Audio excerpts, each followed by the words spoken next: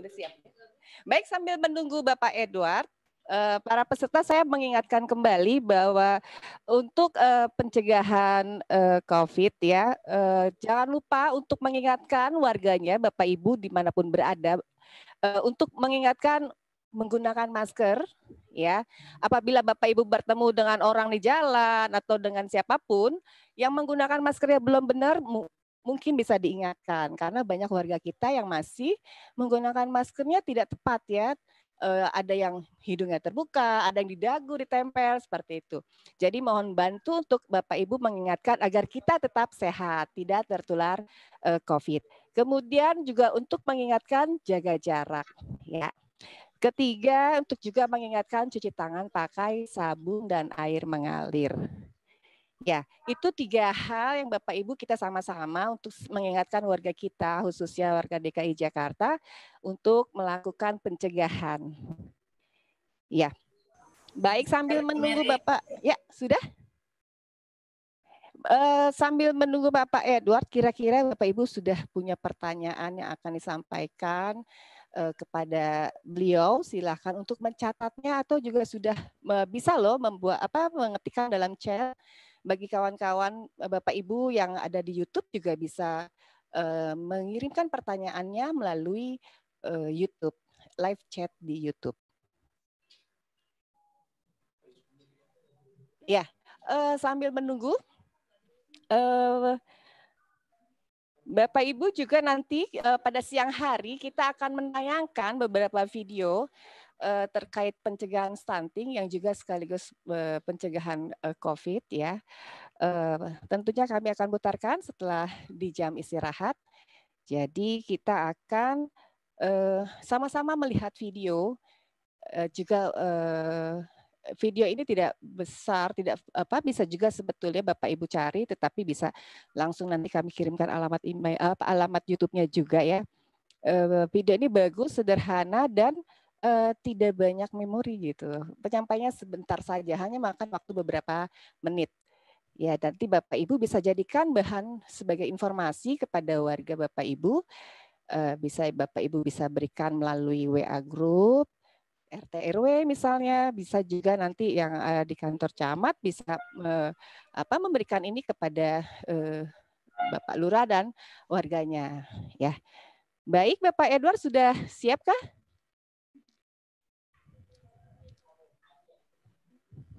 Bu, sebentar lagi Bu ya, sebentar lagi Bu, sebentar lagi. Iya, iya baik. Mohon maaf Ibu ya sebelumnya Bu ya. Ya. Ibu kasih kami Zamir Islami, staf Pak Edward. Oh iya, iya baik Bapak. Menunggu beliau, kita review sedikit apa yang sudah teman-teman DKI lakukan ya Ibu, boleh? Boleh, boleh Bapak, silakan Baik. Pak. Ya. Saya buka kamera saya dulu. Iya, silakan. Mohon maaf saya tidak menggunakan masker sama seperti Ibu karena di ruangan saya ini cuma saya sendiri. Tapi mari kita pastikan dimanapun kita berada tetap menggunakan masker ya Ibu Bapak. Terima kasih atas upaya Pemda DKI yang luar biasa, sangat progresif dalam bersama-sama kita melawan COVID dan tentunya bersama-sama kita mencegah stunting. Sebelum saya memulai review kita, maka saya akan memberikan sebuah pantun dulu. Ya. Jalan-jalan ke Jakarta, jangan lupa lewat Kampung Banda. Jakarta akan semakin bahagia. Stunting kita kibas aja. Mantap. Nah, Ibu Bapak, kami sangat mengapresiasi apa yang sudah Ibu Bapak lakukan, khususnya sebenarnya untuk Kepulauan Seribu dan Jakarta Timur, ini progresnya sudah sangat baik. Jadi di web monitoring kami itu sudah dihijaukan ya Pak Citrawannya. Jadi DKI sudah dihijaukan, jadi bukan hanya program menghijaukan Jakarta, bukan hanya program untuk membuka ruang terbuka hijau ya, tapi stuntingnya juga harus kita hijaukan. Artinya mari kita bersama-sama melaksanakan ini, Bu Bapak. Nah, ini dapat info Pak Direktur sudah siap, Ibu Bapak. Nanti kita akan review lebih lanjut setelah penyampaian pemaparan beliau. Beliau sudah standby di sana. Silakan Ibu Kasih. Ya, baik. Ya, baik Bapak Dr. Edward Sigalingging. Disilakan waktunya Pak.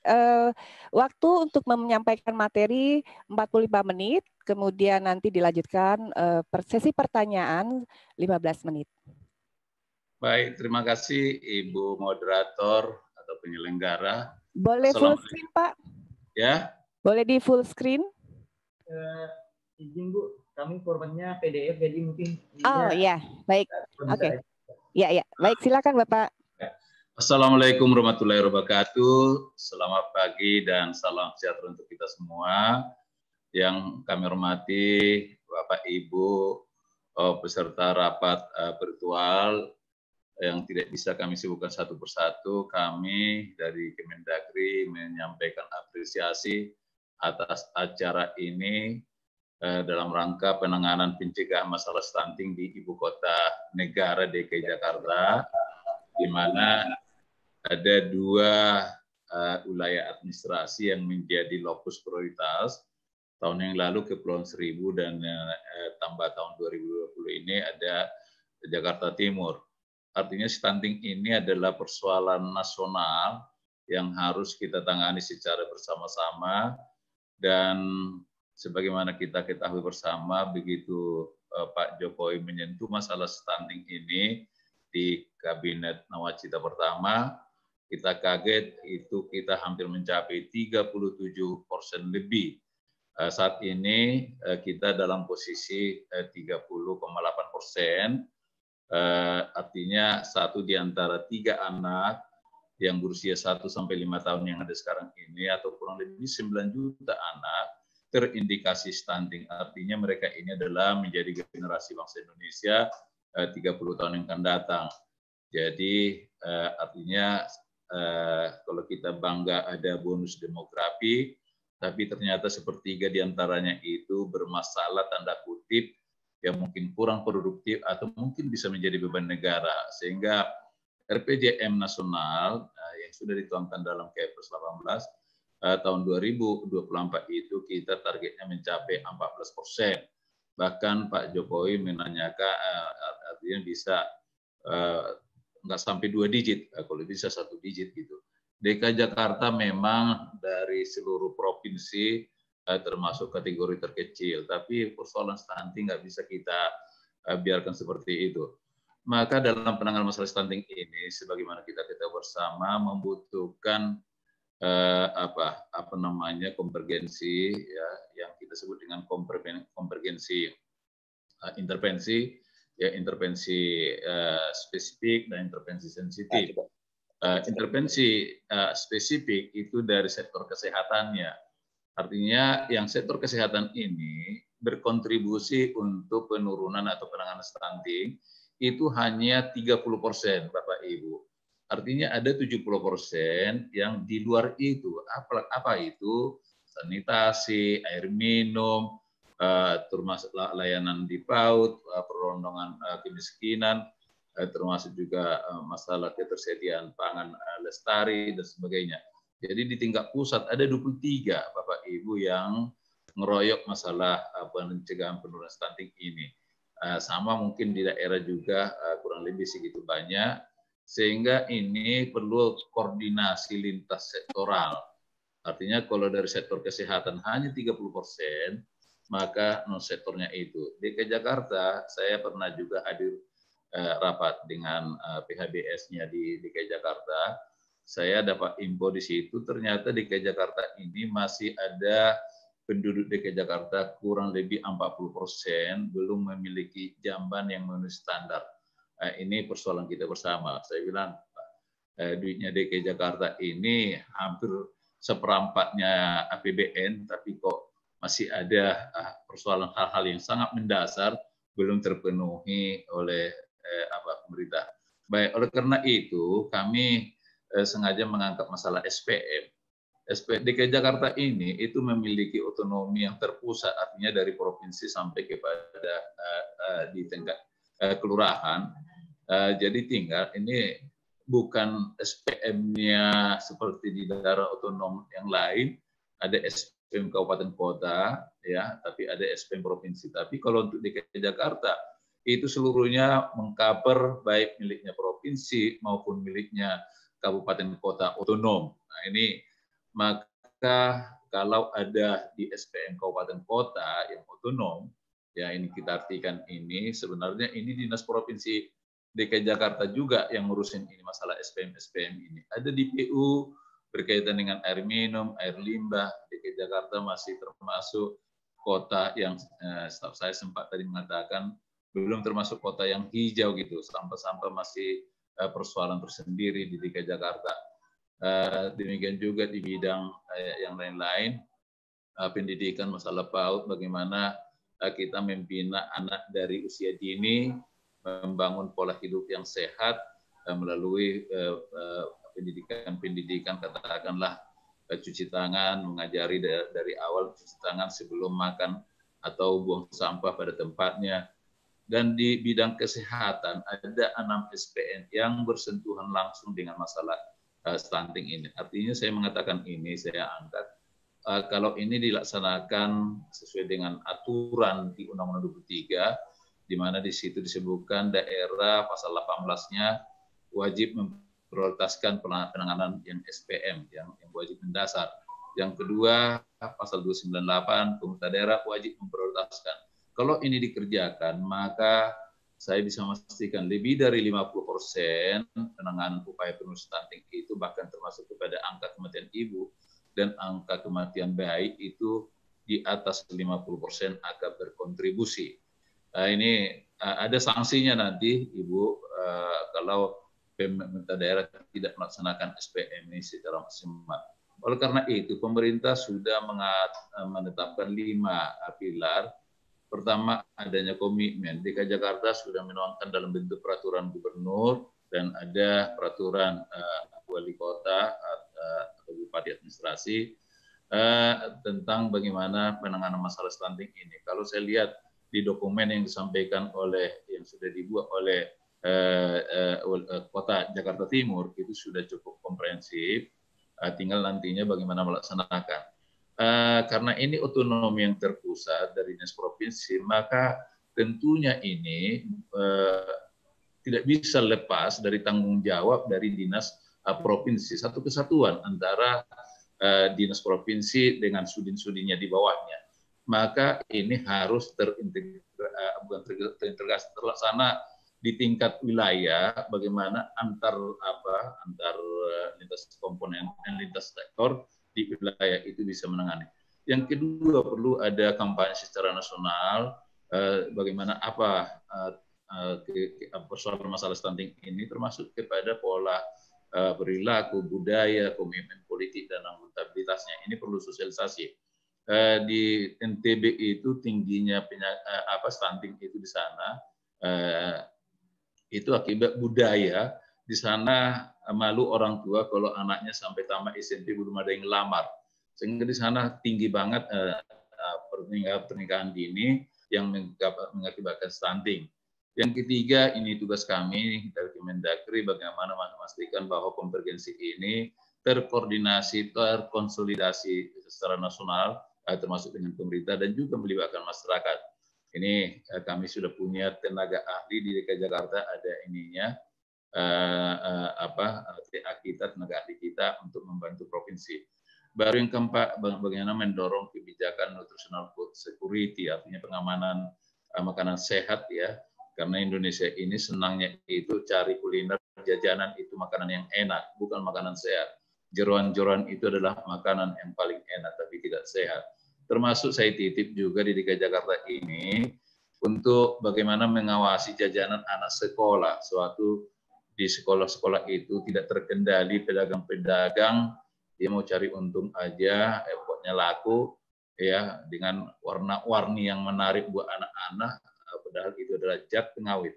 Ya kalau bisa ada perhatian dari PMD DKI Jakarta, katakanlah ada buat SOP, nggak boleh pedagang kaki lima yang tidak terdaftar ya perlu didaftar lah untuk mengawasi, menjaga. Bahkan ini salah satu dari Kemenkes bagaimana menjaga, mengawal jajanan anak sekolah di tempat sekolah. Kalau perlu hanya boleh ada kantin di dalam sekolah, yang di luar itu dengan radius berapa ini harus diusir ya, kalau tidak memenuhi standar atau terdaftarlah gitu.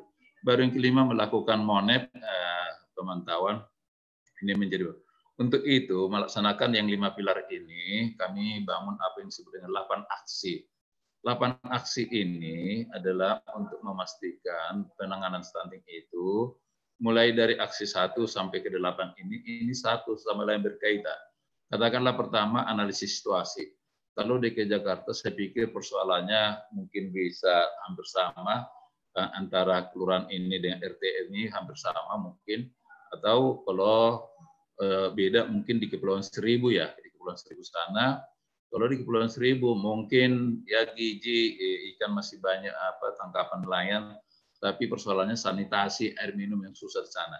Maka artinya di aksi yang kedua PU atau yang ngurusin penyediaan sanitasi air minum cipta karyanya harus membuat program yang berbeda di Kepulauan Seribu dengan yang ada di Jakarta Timur. Inilah memetakan sampai kepada lokus, kepada yang lokus lokasi prioritas. Yang ketiga hari ini bagian dari rembuk stunting ini adalah sebagai komitmen dari pimpinan untuk memastikan. Baru yang keempat itu adalah kalau di daerah otonom kita atur untuk bagaimana perannya dana desa untuk mengatasi stunting karena APBD-nya sangat-sangat terbatas.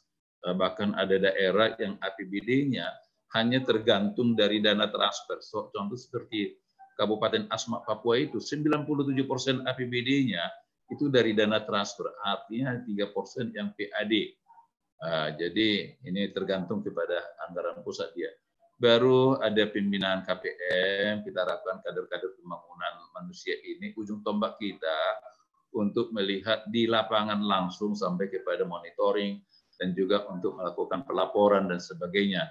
Baru yang keenam ini membuat sistem data, kita sudah coba bangun pendekatan EKTP kita, by name, by address, lengkap dengan ininya, NIK-nya. Ini kemarin itu waktu kita menyalurkan bansos, ini persoalan utama kita ini.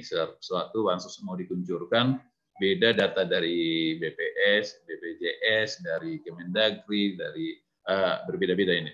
Baru nomor 7, ini kita lakukan, kita bangun satu instrumen untuk melakukan pengukuran keberhasilan DKI Jakarta. Baru yang ke-8 ini, kita akan memberikan reward nantinya kalau berhasil atau panis kalau istilahnya gagal gitu. Inilah yang kita lakukan untuk penanganan masalah stunting 8 aksi ini. Selanjutnya, terus slide berikutnya, ini sebenarnya sudah kami coba bangun semacam time schedule-nya bersama dikaitkan dengan 8 aksi tadi. Ini rencananya kami masih berencana, ini yang 8 aksi sama pilar tadi kan masih kita tuangkan dalam bentuk modul ya, belum dalam bentuk norma. Rencananya selesai minggu yang lalu sudah dilakukan rapat harmonisasi rancangan perpres tentang stunting, itu bentuk kepedulian dari Pak pemerintah kita sampai dibuat perpresnya. Nantinya kami akan tuangkan ini dalam bentuk peraturan Menteri Dalam Negeri. Di tingkat PKL itu sudah sepakat direncanakan tidak. Karena penanganan stunting ini nggak bisa selesai hanya 5 tahun ini, mungkin bisa sampai 10 tahun atau lebih. Jepang itu penanganan stunting itu lebih satu generasi, karena Jepang dulu termasuk orang yang kalau kata Pak Luhut, Jepang itu termasuk yang kuntet dulu. Sekarang ya jauh lebih tinggi mereka, nggak ada lagi ukuran manusia di sana di bawah 150, sudah di atas 170. Ini sebagai penanganan, karena membutuhkan penanganan gizi dari dini gitu.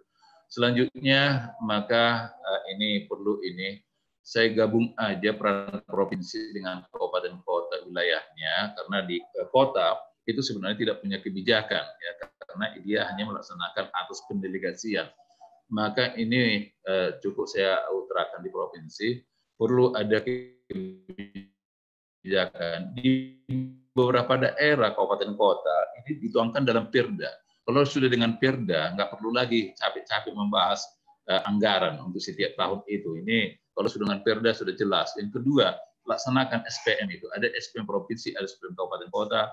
Mungkin dianalogkan apa yang menjadi wilayah administrasi di tingkat kota maupun di Kepulauan Seribu itu laksanakan yang SPM di ada 12 kalau di kabupaten kota otonom. Yang ketiga, bentuk tim koordinasi untuk karena ini memerlukan tingkat koordinasi yang tinggi ini. Baru yang keempat itu mengalokasikan APBD, saya pikir di DKI Jakarta nggak masalah pembiayaan. Baru penguatan kapasitas untuk kabupaten kota.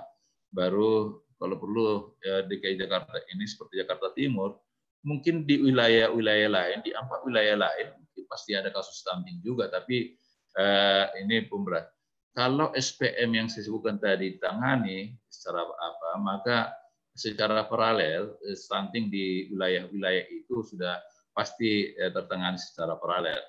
Nomor 7 melakukan monep terhadap pelaksanaan yang 8 aksi ini, tugasnya provinsi ini, baru lakukan nanti penilaian kota dan kabupaten administrasi DKI Jakarta, dan yang terakhir itu adalah menyiapkan reward.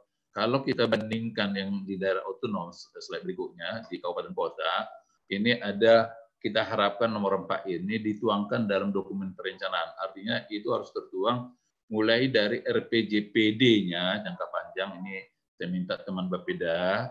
Yang kedua di RPJMD-nya sampai di renjanya. Kami sudah menerbitkan Permendagri nomor 40 tahun 2020 tentang pedoman RKPD, dan juga kami sudah menerbitkan Permendagri nomor 90 tahun 2019 tentang klasifikasi, kodifikasi, nomenklatur, program dan kegiatan. Jadi turunan dari 32 urusan itu diurai dalam bentuk nomenklatur program.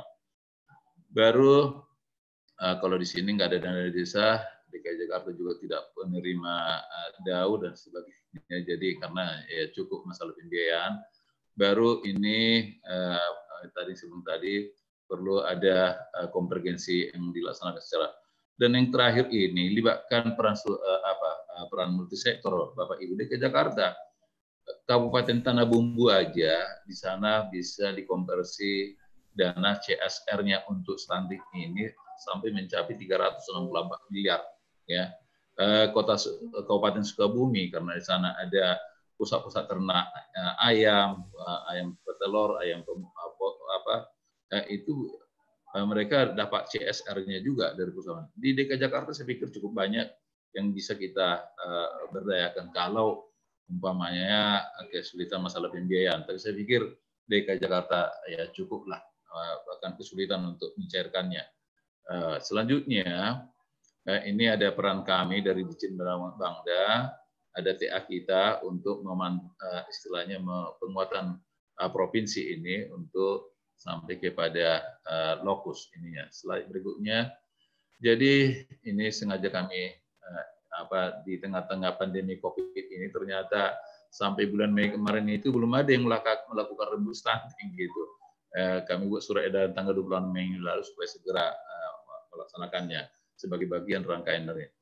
Terus ini DKI Jakarta, laporan untuk DKI Jakarta, terus ini nasional nggak perlu.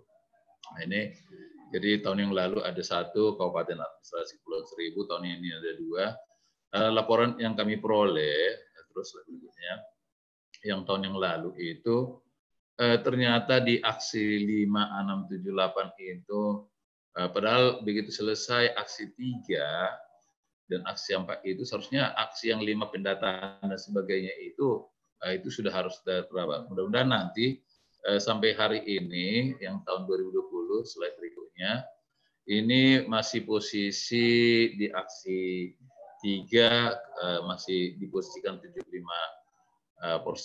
ya totalnya itu baru 38%. Kita harapkan ini untuk tahun 2020 ini harus mencapai walaupun secara ada beberapa daerah persentasenya itu, saya pikir dengan jumlah secara kualitatif dia rendah, tapi secara kuantitatif sasarannya mungkin nggak sampai seperempatnya DKI Jakarta. Tapi kita ini DKI Jakarta yang punya penduduk kurang lebih hampir 10 juta. Nah, ini juga menjadi tantangan juga buat kita. Saya pikir itu beberapa hal yang dapat kami sampaikan, dan saya mohon izin nanti ada staf saya Pak Jamhir ikut mengawal nanti diskusi ini, karena di sebelah juga kami ada acaranya Kemenkes kaitan dengan penanganan SPM, ya, masalah pembiayaan. Akibat pandemi COVID ini, daerah itu sudah lempar anduk. Saya nggak mampu lagi melaksanakan SPM target 100%, karena sudah ada instruksi Menteri Dalam Negeri untuk melakukan refocusing dan realokasi. Jadi kami disalahin juga. Baik, demikian Ibu yang dapat kami sampaikan. Harapan kami, ini DKI Jakarta ini kan ibu kota negara. Tadi persoalan sanitasi air minum tadi, saya pikir gini, kalau di negara-negara yang sudah maju ya, di DKI Jakarta, bahkan hotel bintang 5 pun, artinya belum bisa menyediakan fasilitas air minum yang bisa langsung dari keran di hotel-hotel itu bisa langsung kita konsumsi, ya. Ini kalau di negara-negara ya di Eropa sana, hotel bintang 3 Melati pun kita sudah bisa langsung konsumsi dari keran langsung ini. Jadi ini persoalan yang sangat karena hidup kita ini, kata orang-orang artinya tubuh kita ini hampir lebih 70% adalah terdiri dari air. Kalau air yang masuk ke tubuh kita yang tidak sehat, maka akibatnya cukup ininya. Baik, demikian Ibu moderator atau panitia yang dapat kami sampaikan. Mohon maaf kurang lebihnya, kami akhiri dengan wassalamualaikum warahmatullahi wabarakatuh. Ya. Waalaikumsalam warahmatullahi wabarakatuh. Baik, Bapak, terima kasih. Ya, ini sudah ada pertanyaan nih, Pak. Kebetulan tadi Bapak juga mengatakan sedang ada rapat ya dengan Kementerian Kesehatan yang berkaitan dengan COVID juga. Nah, ini kebetulan ada peserta kita juga bertanya tentang hal itu, Pak. Dalam kondisi COVID sekarang ini, apakah ada target yang berubah dari Kemendagri, terutamanya karena hubungannya dengan stunting? Ya. Begitu, Pak. Baik, jadi sebenarnya Instruksi Menteri Dalam Negeri nomor 1 tahun 2020 dan juga ada peraturan bersama antara Menteri Dalam Negeri dengan Menteri Keuangan. Di sana diinstruksikan untuk menangani masalah COVID ini dilakukan refocusing dan realokasi APBD yang nantinya dipergunakan. Jadi hasil refocusing realokasi itu pertama penanganan masalah kesehatan. Kesehatan bukan hanya yang menangani yang akibat dari pandemi COVID, tapi menjaga sistem kesehatan. Artinya kalau kita sebutkan sistem kesehatan, mulai dari promotif, preventif, sampai kepada rehabilitatif, kuratif dan rehabilitatif. Artinya ini tetap. Artinya target-target SPM harus tercapai, stunting harus tercapai, penyakit TB harus ditangani, dan lain sebagainya. Jadi selama ini memang terus terang kita ini kesehatan ini ketiban tanggung jawab masalah. Contoh, kenapa dia penyakit TB? Karena tinggal di kawasan kumuh. Kenapa tinggal di kawasan kumuh? Karena tidak punya pekerjaan. Kenapa nggak punya pekerjaan? Karena nggak punya pendidikan, kan mutar. Jadi suatu ibu dinas kesehatan ngasih obat ke pasien penyakit TB, kalau kawasannya masih tetap tidak dibenahi oleh PU, karena dinas kesehatan kan nggak boleh ngurusin kawasan. Itu tanggung jawabnya si PU. Maka ini harus berkolaborasi. Itulah penanganan masalah stunting ini seperti itu. Yang saya katakan tadi, ternyata sektor kesehatan itu yang kita sebut dengan spesifik hanya berkontribusi 30%. 70%-nya itu ada di sektor lain.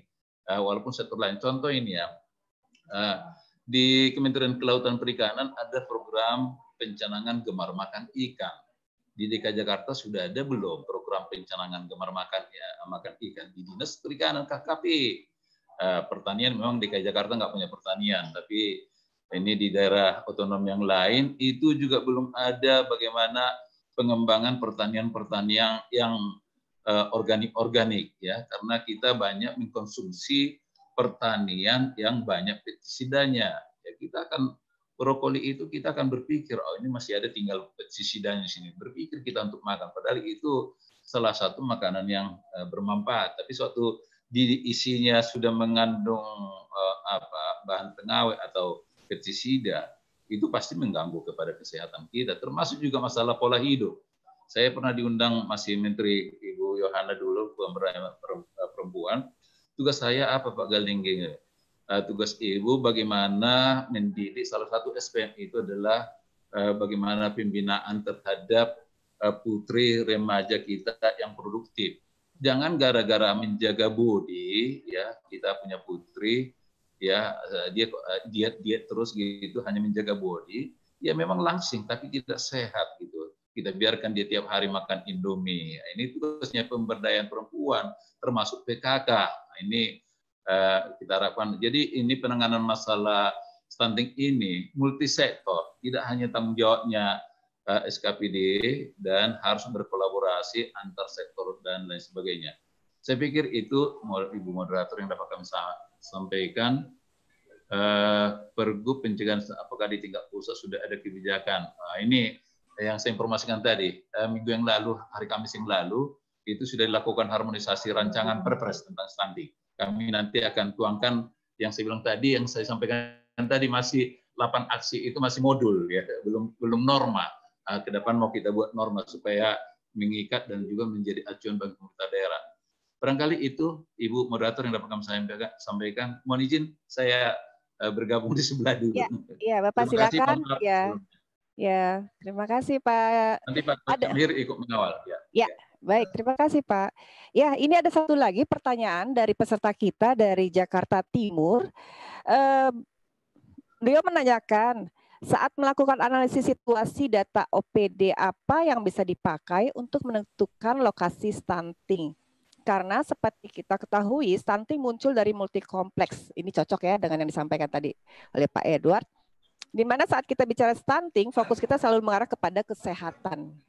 Kemudian kesehatan selalu menekankan ke gizinya lagi. Sementara gizi sendiri tidak bisa bekerja sendiri untuk menyelesaikan permasalahan stunting.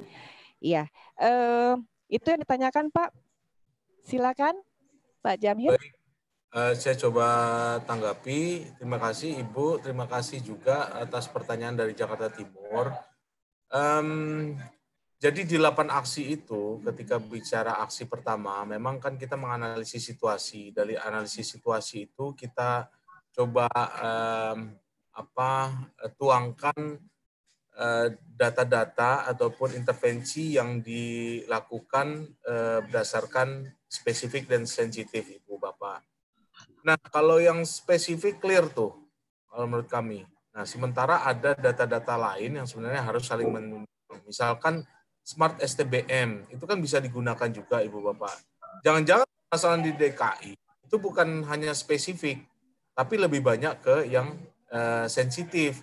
Karena misalkan sanitasinya, letak septic tanknya itu kurang dari 10 meter, misalkan dari sumber mata air, ataupun yang sekarang kita kenal DKI ini lebih banyak menggunakan sumber mata air sumur misalkan. Nah, ini harus diperhatikan betul. Nah, ini perlu kerjasama dengan teman-teman dinas PU misalkan. Nah, Ibu Bapak dalam konvergensi, kenapa namanya konvergensi? Nah, inilah butuh kerjasama yang sangat baik antara lintas OPD, dan ini hanya bisa dikoordinasikan oleh Bapeda sebenarnya.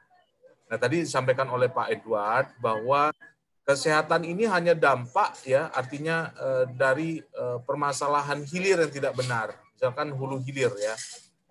Nah, untuk itu ya kita perlu keterlibatan. Nah, sekarang kita bukan berarti beruntung ya dengan adanya COVID ya Ibu Bapak, tapi ya ada sebuah trigger di mana masyarakat sudah memulai dengan proses hidup bersih dan hidup yang lebih baik lagi, misalkan mencuci tangan. Yang kami khawatirkan misalkan tadinya tidak ada intervensi air bersih dan lain sebagainya dan sanitasi misalkan, Ibu Bapak di Dinas Kesehatan terus-terusan melalui Posyandu memberikan vitamin A, kemudian memberikan vitamin dan lain sebagainya, ternyata anaknya cacingan. Ya cacingnya yang habis memakan misalkan vitamin yang diberikan yang cacingnya yang tinggi-tinggi gitu kan, yang panjang-panjang gitu. Nah, ini yang harus kita kawal bersama, jangan sampai perilaku hidup bersih dan sehat masyarakat ini tidak terkawal karena tidak adanya fasilitas yang didapatkan. Bahkan lebih jauh, misalkan tadi Pak Edward mengistilahkan di negara luar, kita inginkan suatu hari nanti Jakarta ini seperti Singapura, seperti Tokyo, di mana ada taman terbuka hijau, ada keran di sana, bisa langsung kita minum airnya. Tapi itu kan maksimal, Ibu Bapak, pelayanan maksimal. Tapi minimal saja air itu bisa diakses. Nah, ini memasuki bulan kemarau misalkan. Bagaimana ada kebersamaan di antara masyarakat untuk yang mempunyai akses lebih air, misalkan dia bisa memiliki akses air yang lebih banyak di bulan kemarau, itu saling sharing dengan masyarakat yang lainnya. Nah, ini yang menurut kami perlu keterlibatan Bapeda. Ini juga ada Pak Aulia di sini, ya Ibu. Saya berharap dari Bapeda juga sangat aktif dalam rangka mengkolaborasikan kegiatan-kegiatan yang spesifik dan sensitif. Data-data lain mungkin bisa kita dapatkan, misalkan bagaimana bansos itu bisa diterima oleh masyarakat, memastikan bahwa ibu-ibu hamil, kemudian masyarakat warga 1000 HPK itu bisa mendapatkan akses makanan tambahan yang baik, misalkan. Nah, ini mungkin yang perlu kita samakan persepsinya. Sebenarnya ada di aksi pertama itu, ketika Ibu Bapak melakukan analisis, kalau bahasa Betawinya itu kita jembrengin tuh data-datanya tuh. Data apa saja yang harusnya bisa kita identifikasi. Jadi di aksi pertama ini, Ibu Bapak, kita berusaha untuk menemukan permasalahan yang ada di kelurahan masing-masing misalkan. Bisa jadi di kelurahan satu dengan yang lainnya itu berbeda kompleksitasnya. Bisa jadi karena keaktifan posyandunya, maka yang sensitifnya tidak tersentuh. Maka yang spesifiknya tidak tersentuh, maka yang sensitifnya saja misalkan. Nah, ini harus saling berkolaborasi. Maka untuk kelurahan kami sedang mencoba meramu kader apa yang nanti yang bisa menjadi penyambung. Karena kalau di desa, Ibu Bapak, kita punya kader pembangunan manusia. Nah, ini kalau di DKI katanya ada tuna apa ya? Saya lupa ya, tuna wisma atau apa ya. Nah, apapun itu ya, kami berharap keaktifan kader-kader di kelurahan itu sangat sangat terlibat ya. Bagaimana di kelurahan, RW. Nah, ini mainstreaming terhadap isu-isu ini perlu dilakukan oleh dinas masing-masing wilayah. Misalkan Jakarta Timur untuk mendorong bagaimana RT RW melek terhadap permasalahan stunting ini. Nah, langsung ke tadi yang pertanyaan dari Bapeda ke Pak Aulia, ini sudah terjawab, Pak. Saya pikir dari kita sedang menyusun perpres. Hari Jumat sore kita akan lanjutkan pembahasannya. Sebenarnya seingat saya ini sudah di Kumham, tapi sepertinya ada hal-hal yang lebih spesifik lagi ingin dibahas, maka Bappenas mengundang kita untuk membahasnya lebih lanjut. Pertanyaan dari Ibu Hesti dari IKMI, ini terima kasih Ikatan Konselor Menyusui Indonesia, ini sangat kami butuhkan Ibu Bapak, dari CSO, lembaga masyarakat, kemudian jangan kita berpandangan Ibu Bapak seolah-olah pemerintah ini bisa menyelesaikan semua permasalahan, ya, bahwa pembangunan itu kontribusi pemerintah itu paling banyak hanya sekitar 60%. Selebihnya karena masyarakat, peran swasta, dan juga CSO ataupun LSM yang sangat concern terhadap pembangunan Indonesia. Nah, Konselor Menyusui Indonesia, kami berharap juga bisa mendukung program ini karena kebanyakan Ibu Bapak, karena kurangnya gizi anak-anak ataupun kurangnya gizi masyarakat itu, seolah selesai hanya dengan memberikan makanan tambahan. Misalkan tadi Pak Edward langsung menyinggung mie instan. Banyak yang karena gizi buruk, misalkan mungkin bukan di Jakarta ya, kami temukan di beberapa daerah timur itu karena ada kasus gizi buruk malah dikasihnya mie instan gitu kan, dikirimnya mie instan. Nah, ini kami juga khawatir dengan ini, padahal kita bisa memberdayakan potensi yang ada di daerah kita masing-masing. Bagaimana misalkan gemar makan buah, misalkan gemar makan ikan. Nah, dulu DKI ini juga lumbung buah sebenarnya. Di condet itu banyak salak yang mengandung vitamin C misalkan. Nah, ini harusnya bisa dimaksimalkan. Nah, sekarang kami pikir di DKI untuk pangan sudah tidak ada masalah karena supply dari daerah lain itu banyak yang masuk ke DKI ya.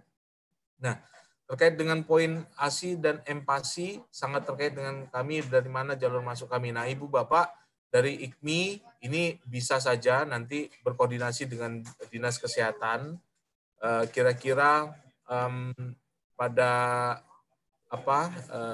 tatanan mana nanti bisa terlibat langsung. Kami pikir kalau yang mau detail ya langsung bisa masuk ke Puskesmas dan bisa langsung ke Posyandu ikut terlibat dalam aktivitas kader-kader di daerah ya. Kami pikir bisa ataupun misalkan menyusun kajian ataupun misalkan pedoman yang bisa digunakan oleh kader-kader ataupun oleh Dinas Kesehatan itu sendiri. Dari Pak Aulia, kami berharap juga Pak ini cepat rampung ya. Paling tidak kalau di aksi 4 itu kan kita minta kepala daerah menetapkan kebijakan untuk pemanfaatan dana desa dan kelurahan misalkan. Nah, tapi di sini kita minta sebenarnya DKI lebih progresif dalam menangani stunting. Bahkan Pak Gubernur katanya ingin menyusun pergub dalam pencegahan stunting. Ini langkah yang progresif sekali, bukan hanya dalam konteks untuk dalam sisi pembiayaannya, tapi bagaimana intervensinya itu bisa dilaksanakan. Maka nanti di kebijakan Perpres, kemudian kami insya Allah akan menormakan kebijakan dalam bentuk peraturan Menteri Dalam Negeri yang bisa digunakan Ibu Bapak sebagai dasar hukum dalam penyusunan kebijakan di daerah Ibu masing-masing. Saya rasa itu Ibu. Ya. Baik, terima kasih Pak Jamhir. Ini ada satu lagi, ada yang raise hand ini Bapak ya. Silakan, mau langsung juga boleh. Ya, ada Bu Ina dari Bapeda. Silakan Bu Ina. Wah, Bu Ina. Aduh, Ya. Bu Ina, apa kabar Bu Ina? Dipanggil-panggil muncul ya.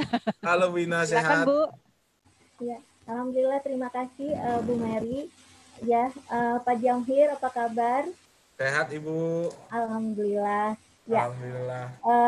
Pertama, terima kasih yang sebesar-besarnya kepada Kemendagri, khususnya kepada Pak Jamhir dan tim tenaga ahlinya yang telah tidak bosan-bosannya untuk membantu DKI dalam rangka konvergensi penanganan penurunan stunting di DKI.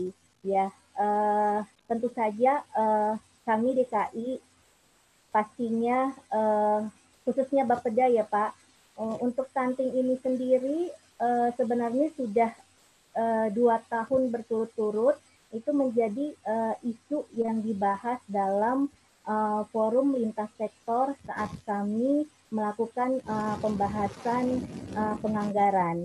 Jadi untuk 2021 kalau forum itu juga akan dilaksanakan, mungkin isu ini tetap akan kami munculkan. Kemudian itu yang pertama Pak. Kemudian yang kedua, tadi seperti disampaikan oleh Pak Direktur itu bahwa SPM itu tetap yang utama, itu ya Bu Mary. Jadi, dari 12 SPM kesehatan ini, mulai dari ibu hamil sampai dengan lansia, itu ternyata beberapa SPM kesehatan tadi juga erat hubungannya dengan stunting. Nah, sementara saat ini stunting ini kan bersaing dengan COVID, gitu ya. Artinya jangan dilupakan tetap pembiayaan untuk SPM kesehatan. Kemudian sebenarnya kami juga ingin menanyakan ke Dinas Kesehatan untuk SPM selama COVID ini berjalan seperti apa. Mungkin tetap harus memastikan bahwa SPM itu tercapai 100%. Karena kalau SPM tercapai artinya SPM ini juga erat hubungannya dengan stunting tadi. Mungkin demikian dari saya Pak, demikian dari saya Bu Mary. Pak Jamhir, terima kasih terus dampingi kami. Kami-sami Ibu. Kalau untuk DKI kita harus all out nih, karena kita berkantornya di DKI, Bu. Kecuali nanti pemerintah pusat udah pindah kali ya. Kami terima kasih atas pertanyaan Ibu Ina. Jadi memang betul, Bu, kalau dilihat paparan Pak Direktur tadi, apa yang kita harapkan dari 8 aksi konvergensi, sebenarnya aksi pertama itu bagaimana menganalisis situasi. Itu kalau kita sandingkan dengan tahun anggaran perencanaan dan penganggaran, itu sebenarnya harusnya inline nih, Bu. Aksi pertama kita laksanakan di Januari. Itu kan Januari itu adalah fase-fase di mana Pemda melaksanakan musrenbang misalkan. Nah ini di bulan Juni, Juli, ini Pemda sudah melaksanakan RKPD. Nah aksi 1 sampai ke aksi 4, aksi 3, paling tidak rembuk stunting. Kemarin Jakarta Timur baru melaksanakan, terima kasih Jakarta Timur. Itu adalah fase di mana integrasi rencana kegiatan yang sudah disusun dan disepakati di dalam rembuk stunting itu bisa dimasukkan langsung ke RKPD. Nah, kita mengetahui Ibu Bapak, kami di stunting adalah Kemendagri, kami menolak kalau kita harus menyusun RAD, Rencana Aksi Daerah. Itu capek Ibu Bapak. Nyusunnya harus sampai dokumen tebel-tebel, kemudian sudah jadilah itu nanti masuk ke lemari, nggak dilaksanakan. Yang kita ingin adalah bagaimana ini implementatif, ini simple, kemudian secara cepat. Nah sekarang presiden kita kan ingin cepat tapi tepat gitu. Apalagi presiden kita itu mantan gubernur DKI. Pasti DKI yang akan dilihat gitu kan. Nah untuk memperhatikan itu, kami ingin yang lebih simple kerjanya, kemudian yang ingin lebih akurat, maka dianalisis situasi, kemudian rencana kegiatan, sampai ke rembuk stunting, hanya ingin memastikan bahwa nanti apa yang disusun itu masuk ke RKPD, sampai ke KPPS, sampai ke DPA-nya Ibu Bapak sekalian. Nah, karena sistem kita di Undang-Undang 25 tentang Perencanaan Nasional, kita hanya mengaku dokumen penganggaran dan perencanaan itu hanya ada RPJMD, kemudian hanya ada RKPD, dan kemudian ada Renstra, dan juga ada Renja. Nah inilah yang harusnya bisa dituangkan ke dalam dokumen perencanaan dan diintegrasikan kalau bahasa sekarang itu. Nah kami berharap, kenapa kami selalu mendorong Bapeda, di nasionalnya ada di Bangda dan di Bappenas, karena proses perencanaan inilah yang ingin kita kawal. Karena dokumen perencanaan itu cuma Bapeda dan Bangda saja yang mereview gitu kan. Akan sangat kasihan sekali kalau dinas kesehatan yang terus-terusan solo karena namanya stunting dan ini adalah dampak dari kesehatan, harus dinas kesehatan yang menyelesaikan. Nah, untuk itu kita minta Bapeda sangat berperan aktif, Ibu Ina. Ya, kami setiap saat bisa mendukung, mensupport ya melalui tenaga ahli kami. Maka ada Pak Citrawan di sini. Saya terus monitor beliau, saya terus telepon, saya terus WA, gimana progresnya.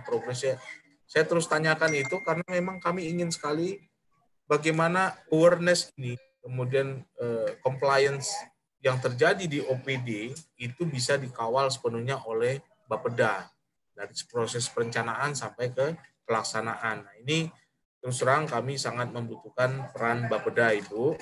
Dan terima kasih Bu Ina, Pak Aulia, ini sampai hari ini sangat mensupport. Tidak bosan-bosan saya hubungi, saya telepon, mudah-mudahan ini akan terus dilakukan. Nah, yang pertanyaan kedua terkait SPM, nanti Dinas Kesehatan bantu kita jawab ya, karena saya tidak tahu struktur anggaran di dinas, karena kami pahami berdasarkan Inmendagri, kemudian Permendagri 20, ini ada refocusing anggaran. Tapi yang kami pahami, refocusing itu ada 3 hal yang dilakukan. Pertama, tidak meninggalkan kegiatan-kegiatan bersifat kesehatan, ya. Yang kedua, bagaimana dampak dari ekonomi itu bisa diperbaiki. Yang ketiga, dana jaminan untuk masyarakat yang terdampak. Ya. Jadi, misalkan bansos dan lain sebagainya. Jadi 3 hal. Yang pertama tadi bicara kesehatan, Ibu Bapak. Jadi tidak ada alasan sebenarnya untuk kita meninggalkan urusan apakah itu COVID dan stunting. Kita tidak menyaing-nyaingkan ini dua, tapi kedua ini harus saling beririsan. Karena apa? Misalkan tadi yang saya ilustrasikan, kalau anak ini stunting, konon katanya itu akan lebih rentan terhadap penyakit. Jangan-jangan rentan juga. Saya belum ada penelitian. Ayo kita buat penelitian sama-sama. Jangan-jangan karena anak ini stunting, dia justru sangat rentan dan sangat ringkih dalam menerima apakah virus ataupun bakteri yang saat ini bakteri itu luar biasa banyaknya. Setiap hari kita bersin itu ya karena mungkin ada bakteri yang kita tolak gitu kan. Nah, untuk anak-anak yang stunting, menurut ahli ini sangat rentan menerima ataupun terpapar dari bakteri ataupun virus. Nah, kedepannya kita harus lebih siap lagi. Kenapa program stunting ini harus kita laksanakan? Ini beririsan dengan SPM tadi, Ibu, Bapak. Kenapa terjadi stunting? Karena ada yang tidak beres dengan pelayanan dasar kita yang kita berikan sampai hari ini. Nah, ini sedang kita perbaiki, bagaimana pelayanan dasar, cakupan imunisasi, bagaimana misalkan vitamin A untuk usia remaja, misalkan. Bagaimana, nah ini isinya SPM semua. Bagaimana pelayanan untuk ibu hamil sampai anak yang baru lahir, kemudian sampai ada imunisasi juga yang harus diberikan. Nah ini yang SPM yang harus dilaksanakan dan dia saling beririsan dengan outcome yang kita harapkan dari penanganan stunting ke depan. Dan kalau seandainya Ibu Bapak bisa melaksanakan SPM secara 100%, pertama kita bisa menjawab prioritas nasional dan prioritas daerah tentunya. Yang kedua, kita bisa menjawab target yang telah ditetapkan oleh peraturan pemerintah ya, dan Undang-Undang 23. Yang ketiga, kita bisa memenuhi target yang ada di SDGs paling tidak. Nah, ini semua termaktub di dalam SPM yang jika memang kita bisa laksanakan secara 100%, ini akan lebih baik sekali. Saya rasa itu gambaran kami, Bu Ina. Saya senang sekali pelan-pelan Bapeda nanti bukan baru tahun ini, tahun lalu Bapeda sebenarnya sudah sangat aktif. Kami berharap nanti kita lebih progresif lagi karena untuk tahun 2021 lebih banyak lagi nih. Kalau nggak salah saya tambah 2 atau 3 ya. Jadi Jakarta Barat, Jakarta Pusat nggak salah saya tambah lagi. Saya rasa itu Ibu Ina menjawab, mungkin Dinas ingin menambah. Terima kasih Bapak. Ini kebetulan Ibu Dr. Vivi pasti ada di sini bersama kita. Akan memberikan informasi untuk pertanyaan dari Ibu Ina ya. Baik, kepada Ibu Vivi silakan Bu.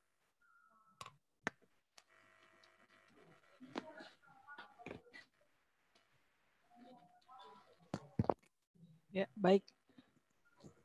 Makasih.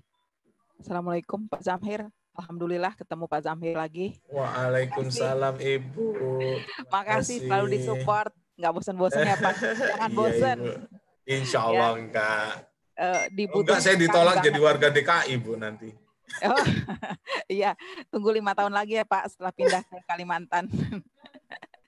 Iya, makasih. Mungkin untuk menjawab terkait dengan SPM selama masa COVID, ya alhamdulillah selama COVID ini teman-teman Puskes, langsung aja sejawab ya. Selama masa COVID ini banyak sekali inovasi-inovasi ataupun kreasi yang dibuat teman-teman Puskesmas agar capaian SPM di DKI Jakarta itu tetap tercapai terkait dengan kesehatan ini. Nah, memang contoh seperti kita banyak menggunakan aplikasi dalam hal pemantauan, contoh misalnya pemantauan ANC ibu hamil. Memang tidak disarankan untuk lebih aktif ke puskesmas, tapi untuk pelayanan pertama tetap diminta datang dengan perjanjian.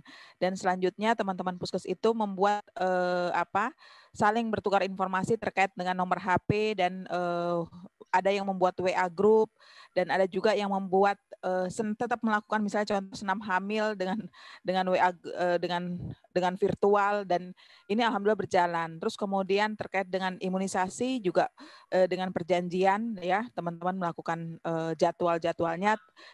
Kenapa perjanjian? Karena diharapkan kunjungan ke puskesmas itu tidak jadi berkumpul di waktu yang bersamaan.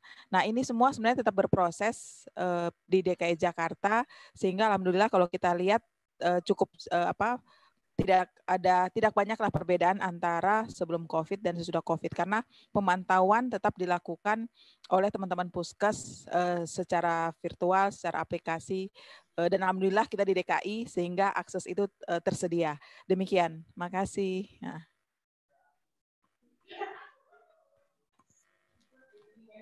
Iya, baik. Terima kasih Bu Vivi untuk informasinya sehingga kita semua tahu ya Bapak Ibu. Halo Ibu, saya mungkin akan share. Akan share 1-2 dokumen terkait yang hasil koordinasi kami dengan Kementerian Kesehatan. Ini bagaimana protokol dalam pelaksanaan. Saya pikir DKI pasti sudah punya itu, tapi saya mungkin akan share ulang. Bagaimana protokol pelaksanaan pelayanan di Posyandu dalam masa adaptasi kebiasaan baru ya. Silakan Ibu, nanti saya share langsung di chat ya. Ya, baik.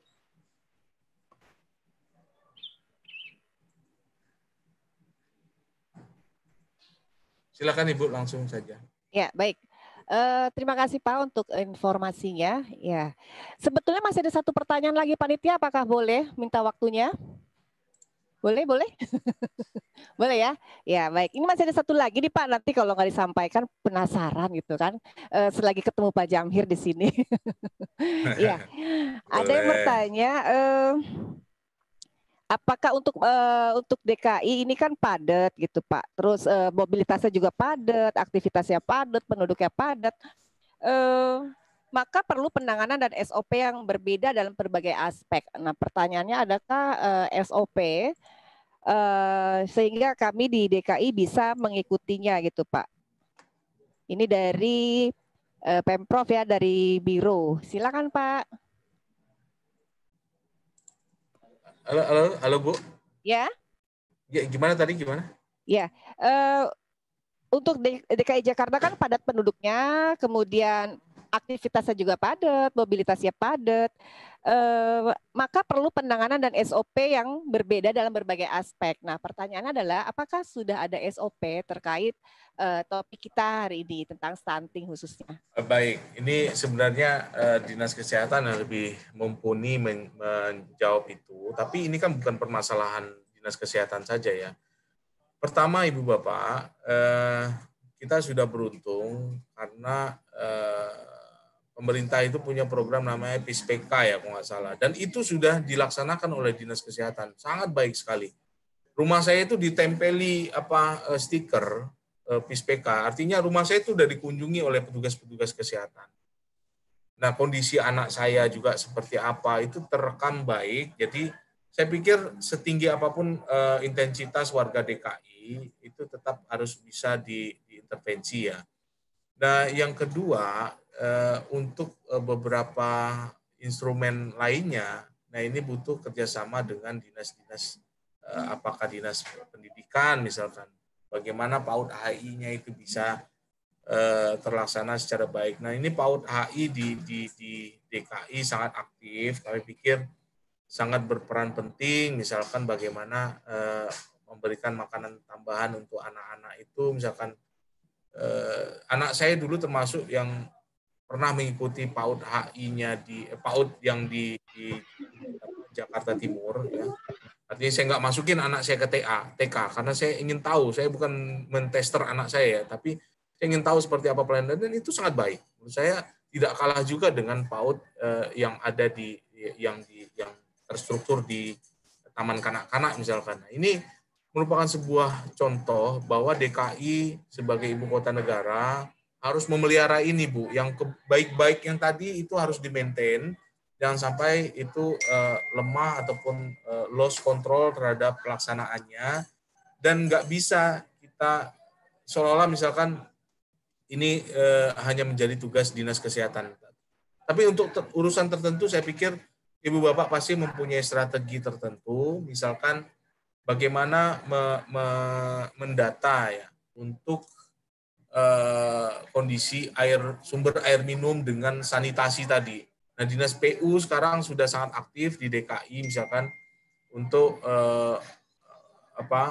klasifikasi tertentu, pendirian bangunan kah ataupun ya, tapi kalau masyarakat tertentu kan memang nggak punya IMB ya, tapi dalam misalkan mengurus pajak bumi dan bangunan saja, sekarang itu kalau kita mau mengusulkan pendataan di pajak bumi bangunan itu ada datanya. Saya rekam betul kemarin, dimintakan data-data yang sangat detail. Menurut kami ini sangat berkaitan erat dengan apa yang dilakukan di tas OPD misalkan.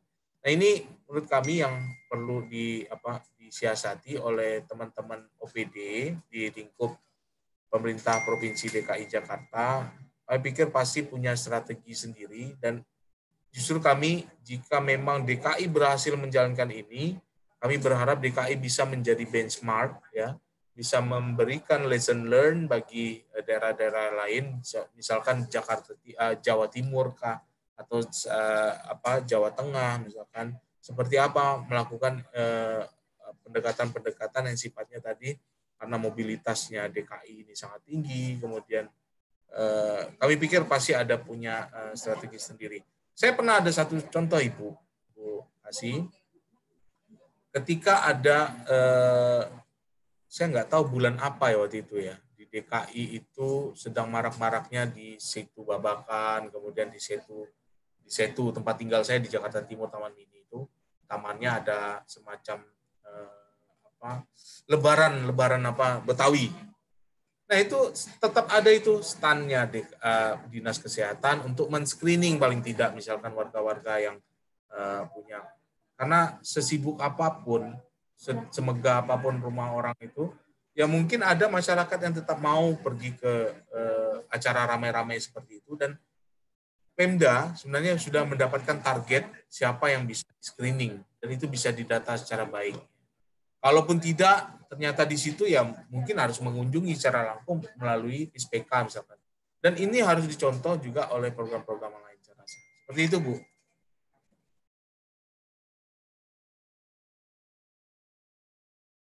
Peringatkan oleh panitia. Boleh saya simpulkan di sini bahwa dengan materi kita, apa sih peran DKI, maka bisa disimpulkan adalah bahwa untuk pencegahan stunting itu kita baiknya memang mencegah di sebelum terjadinya atau di hulu ya. Pencegahan itu oleh semua orang, semua lintas sektor terkait khususnya sama-sama melihat apa sih peran masing-masing lintas sektor, mulai melihat dengan menganalisis situasi sesuai dengan tupoksinya dan sama-sama mengkonvergensi apa yang bisa disumbangkan dalam upaya pencegahan stunting. Saya rasa itu yang bisa kita simpulkan tentunya. Kemudian waktu